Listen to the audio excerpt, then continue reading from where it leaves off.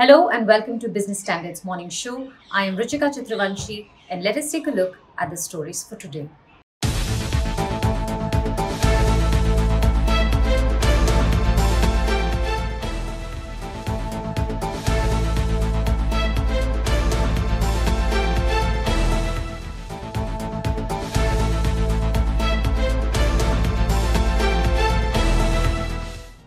With COVID-19 pandemic seemingly under control for now, does India Inc. have reasons to be confident once again?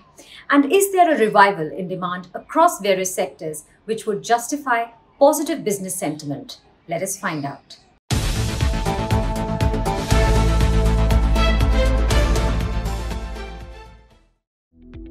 As things stand at present, India Inc. is feeling more confident and is willing to assume greater risks in pursuit of better rewards going forward. And that confidence is being reflected in demand across various sectors. A survey by the National Council of Applied Economic Research, or NCAER, showed that business sentiment in India was at the highest in over 2 years in the second quarter of the current financial year, as the second COVID-19 wave eased. The NCAER Business Confidence Index increased by about 80% to 117.4 in Q2 FY22 from 65 in the year-ago quarter, while it jumped about 90% on a quarter-on-quarter basis. The index was also up 13.8% over the pre-pandemic period of the second quarter of 2019-20, when it stood at 103.1. One major industry, in particular, is seeing buoyancy in sentiment. A joint report by Knight Frank, FICCI and Naredco showed that sentiment in the real estate sector had turned optimistic and hit an all-time high during the July-September period. Furthermore, the outlook for the next 6 months also remains positive due to the rapid progress in vaccination and the recovery in the economy. After a dismal score of 35 in Q1 of FY22, the current sentiment index score shot up to 63 in Q2, the best ever recorded. The future sentiment index score rose to 72 in Q2 of FY22 from 56 in Q1. This was also the highest ever recorded score in the history of the index. A score above 50 indicates optimism. A score of 50 means neutral sentiment, and anything below 50 means pessimism in sentiment. Why is this significant? Keep in mind that the real estate sector's contribution to India's GDP stood at 7% in 2019-20. But what are the conditions supporting the general optimism and the higher risk appetite? We spoke to Shubhada Rao, the founder of Quantico Research, to find out. I think anticipatedly the business environment has improved in terms of the policy enablers getting in place in the recent months and quarters. But more importantly, from the demand side, which had got battered in the COVID era, right, for last 18 months or so, have begun to see a very strong rebound. And that has come by purely on account of the ability to vaccinate a large number of population, and therefore the risk appetite among consumer segment also recovering and reviving very strongly. In particular, I would say services is what we see a very strong rebound into. But having said, even the demand for goods has begun to improve if you look at high frequency indicators, if you look at momentum indicators in terms of manufacturing activity as well as services. So putting the demand conditions under analysis, we believe that a strong recovery in demand over the last 1 or 2 quarters, particularly since Q2 onwards, end of Q2 onwards, has instilled confidence amongst the businesses. Broadly, across the sectors, we have seen risk appetite returning in the businesses. Boosted by the festive season, demand across various sectors is also up. According to a recent report, just before the crucial Diwali shopping period, demand for premium consumer electronics and smartphones has outstripped supply. In fact, several popular models have vanished from the market. Industry executives quoted in the report said the shortage was 15 to 30% of potential demand. Contact-intensive services like hotels and airlines are also showing signs of life. Hospitality companies, for example, had a better than expected Dussehra weekend, and now they are hoping to end the year on a positive note with brisk business expected during Christmas and the New Year. Coming to the aviation sector, rapid vaccination and easing of restrictions have been fueling month-on-month traffic growth. And, led by higher demand, airfares on certain routes are 30 to 45% higher during Diwali on a year-on-year basis. However, the key question is this increase in India Inc.'s risk appetite and the improved business sentiment sustainable? I think in the near term, definitely till such point in time, we see a very strong rebound in the demand, which we believe is going to persist over the next few quarters. We will see that businesses look at a growth both in top line and somewhat in bottom line. Now, the reason I say somewhat in bottom line is because while interest costs may come off because of low interest rate regime and deleveraging of balance sheets, but more importantly, we have seen over the last couple of months, particularly, a very strong resurgence in input prices. All in all, things are looking up for India Inc. However, there are two factors that need to be carefully monitored going forward. The first is how rocketing raw material costs impact companies' margins. Despite price hikes and cost-cutting measures, companies across segments such as steel, cement, paints, and FMCG are seeing a margin contraction. And secondly, despite India recently achieving the milestone of 1 billion COVID vaccine doses, the pace of COVID-19 vaccination is slowing down in the country.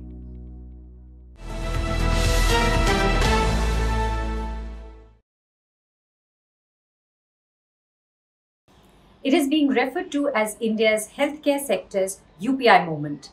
The Ayushman Bharat digital mission could truly democratize healthcare access in a country that suffers from chronic shortage of medical professionals. It could also be a major boon for India's health tech startups. Let us understand the scope of this opportunity.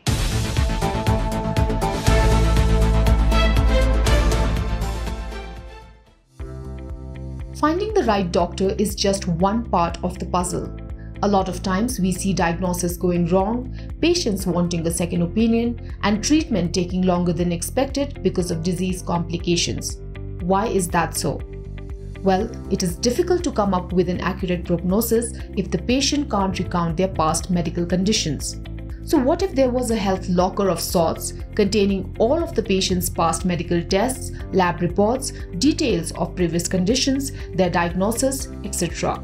And this health locker were to be linked to a randomly generated 14-digit unique health ID, similar to other unique identifiers like Aadhaar. With each visit to the doctor, the patient would just have to provide their health ID for the doctor to access their past medical history. This is what the government aims to do with its recently launched Ayushman Bharat digital mission. There are some other details we need to look into. One can get a health ID by self-registering on the ABDM portal. They can also request for the creation of a health ID at a participating medical health facility. Health ID can be created via mobile or Aadhaar. Beneficiaries will also have to sign into a health information exchange and consent manager. These consent managers will be mobile apps that will enable the sharing of personal health records with doctors. Here's how this will work. You go to a doctor and they ask for your past medical records. They will raise a request for accessing your personal health records, which you will have to approve through the Consent Manager app. In the future, there will likely be multiple such Consent Manager apps for beneficiaries to choose from. So it will be very similar to how UPI works, or the upcoming account aggregator framework for financial services. The ABDM is expected to be a major boon for India's health tech startups. From telemedicine to online pharmacies to startups that are developing health lockers, the India online health tech market is vast. According to a media report, India has 5,295 health tech startups. Of these, 133 e-health startups have raised funding. Market is expected to expand at a CAGR of 39.6% between 2020 and 2025 to $10.6 billion. Telemedicine, which includes startups like Practo, Amfine, Doctree, DocPrime, and Call Health, has the highest potential and may reach $5.4 billion by 2025. The probability of electronic medical records through health IDs will provide a major fillip to startups. Telemedicine startups offer online doctor consultations. Now, with health IDs encapsulating a patient's entire medical history, telemedicine will only grow more robust. We talked to Dr. Ajay Bakshi, a volunteer with the Indian Software Product Industry Roundtable or ISPRIT, to understand the ABDM opportunity for tech players. ABDM is basically saying that the entire population of India, 1.3 billion people, will have their own unique health ID and a way to track their health records across different times and different locations. And therefore, if you are a health startup, you certainly will have, once all of this is rolled out, you will have access to the entire population. I think that's a big deal, because for any tech startup, one of the most difficult challenges is getting access to the people and having a playground, so to speak, where 1.4 billion people are searching for health-related services, searching for doctors, searching for vaccines, like we have all experienced in the last few days during COVID. Having an inclusive playground, which is technologically verified, makes a big difference. So I think this policy of inclusion is going to be a very big deal. Besides the health ID, the ABDM will also see the creation of a national registry of doctors practicing acceptable forms of medicine, as well as medical and diagnostic facilities. Every allopathic doctor in India caters to 1,511 people on average. This is much higher than the World Health Organization prescribed norm of 1 doctor per 1,000 people. Moreover, most of these doctors are concentrated in the metro cities, leaving rural areas vastly underserviced and at the mercy of fake doctors and quacks. While improving the doctor population ratio will take time, India's techno-solutionism may have figured out a workaround. The recently launched Ayushman Bharat Digital Mission will create a unified health interface. This will be an interoperable system that would allow a patient to take the services of a doctor irrespective of whether they were on the same technology platform as the doctor. Patient could seek teleconsultation from doctors registered with multiple e-health platforms without having to create an account on each app. E-health startups will gain access to patients through the UHI. All this is not to say that the ABDM won't have its problems. Already there are concerns over data privacy. While the government has maintained that the creation of a health ID is voluntary, reports indicate that many COVID-19 vaccine beneficiaries have already been given a health ID without them even knowing about it. Some state governments also feel that the creation of a separate health ID is not necessary, suggesting that personal health records can instead be linked to Aadhaar numbers. However, a health ID covering one's entire medical history sounds like a good idea for improved treatment and preventive healthcare. The ABDM will have to build on this solid premise.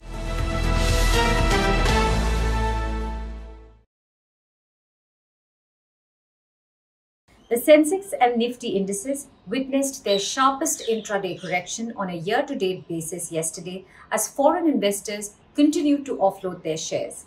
With the indices breaking below their near-term support levels, what's the road ahead for the markets? And will this weakness in the secondary markets shift focus to primary markets, where companies like Nykaa and Policybazaar are ready with their IPOs? Watch this report to know more.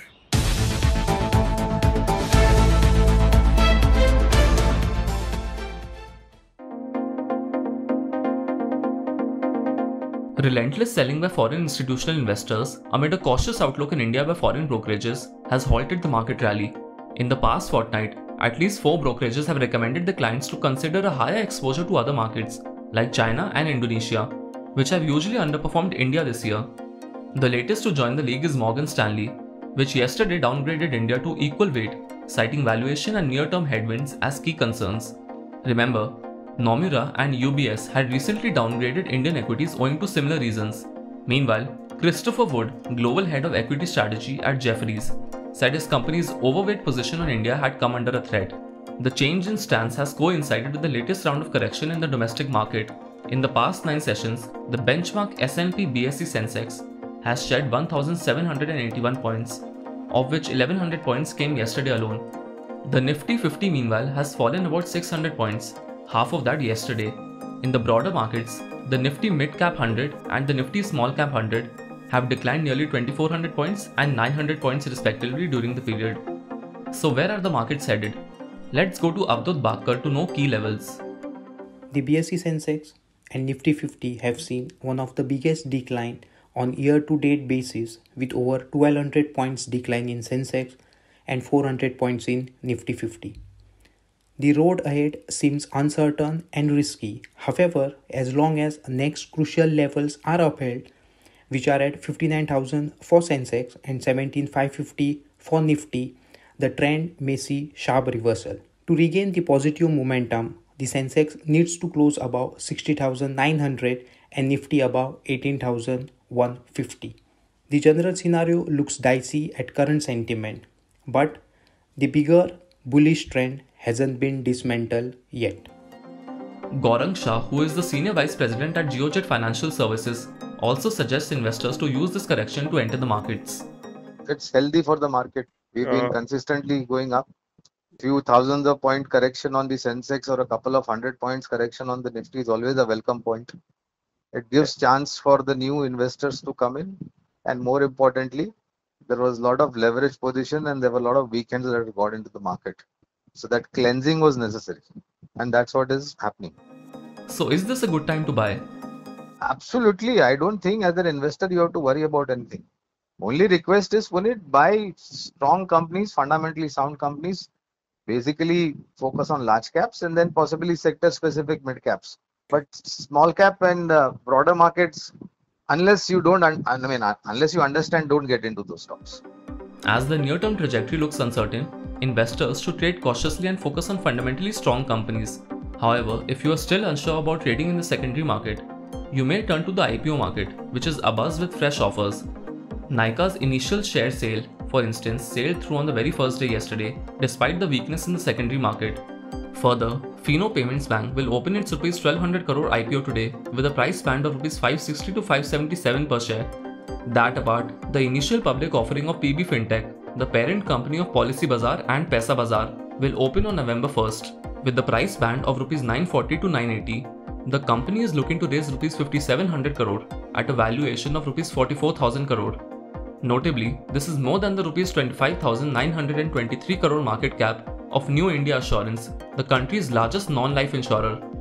The IPO comprises a fresh issue of Rs 3,750 crore, along with an offer for sale of Rs 1,959.72 crore by existing promoters and shareholders. However, despite being one of the leading online insurance players, analysts are cautious on the issue given its weak financials. Let's go to Yesha Shah, who is head of equity research at Samco Securities, to know if the weak financials can play a spoilsport for the company. The company does command a stellar 93.4% market share in its digital insurance marketplace, that is Policybazaar, and over 51% share in its digital consumer credit marketplace, Paisabazaar. On the revenue front, the company has delivered a robust 34% CAGR over the past 3 years. Further, although its contribution margins have increased significantly from about 8.6% to 39.8% over FY19 to FY21, the company remains EBITDA negative. So the key challenge for the company lies in defending its market share and scaling its revenue, since the competition in the sector is intensifying and certain larger players have already delisted their products from the platform. the company does have massive long-term opportunities to grow, considering it has recently received the insurance broking license and the minimal online insurance penetration in India. But the valuations seem pretty expensive, since at the upper price band, the company is seeking a market cap of over 2.5 times its last funding round in March 21. Hence, only the investors who have a longer term horizon, a larger risk tolerance, and the patience to wait for companies' return ratios to improve may subscribe. Clearly, the company has strong growth levers in place from a long-term perspective, but it needs to turn around its bottom-line financials to satisfy investors.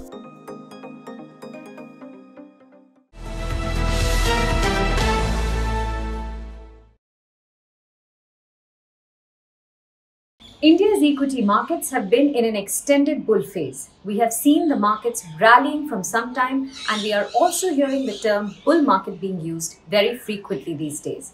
What does that really mean? And also, what is a bear market? How are the two defined, and what is their significance? Here's an explainer for you.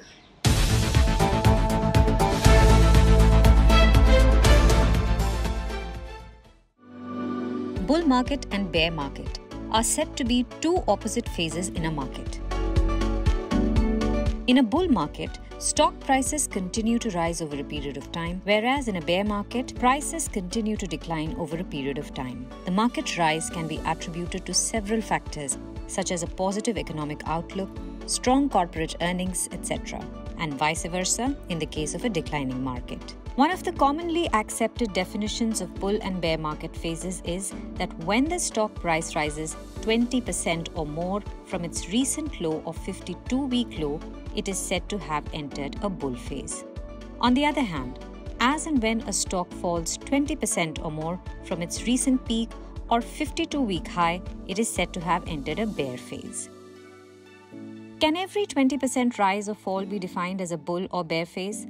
The answer is no. Because in a volatile market, a 20% fall after a steep rally can be termed a market correction, and a 20% rise after a steep fall can be called a pullback rally. So here's another way of defining or confirming a bull and bear market phase based on market technicals. Chartists call it golden cross and death cross. The bull market is said to be confirmed when the 50-day moving average of the stock or index crosses the 200-day moving average. This is also called the golden cross. We get the bear market confirmation when the 50-day moving average of the stock or index falls below the 200-day moving average. This is also called the death cross. This brings us to the next question: what should one do in a bull market and bear market? The answer is simple. Look for buying opportunities on every dip. Look for selling opportunities on a rise. Having said that, historically, data suggests that bull markets tend to last longer when compared to bear market phases. According to Forbes research, a study of the last 100 years reveals that the average length of a bull market is 2.7%, while that of a bear market is less than 10%.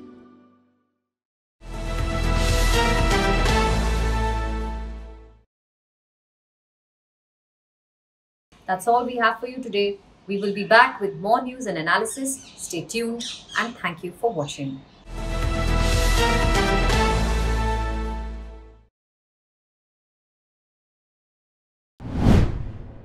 If you like this video, share it and subscribe to Business Standard. For more news, views and insights, log on to www.business-standard.com. Do also follow us on YouTube, Twitter, Facebook, Instagram, Telegram and LinkedIn.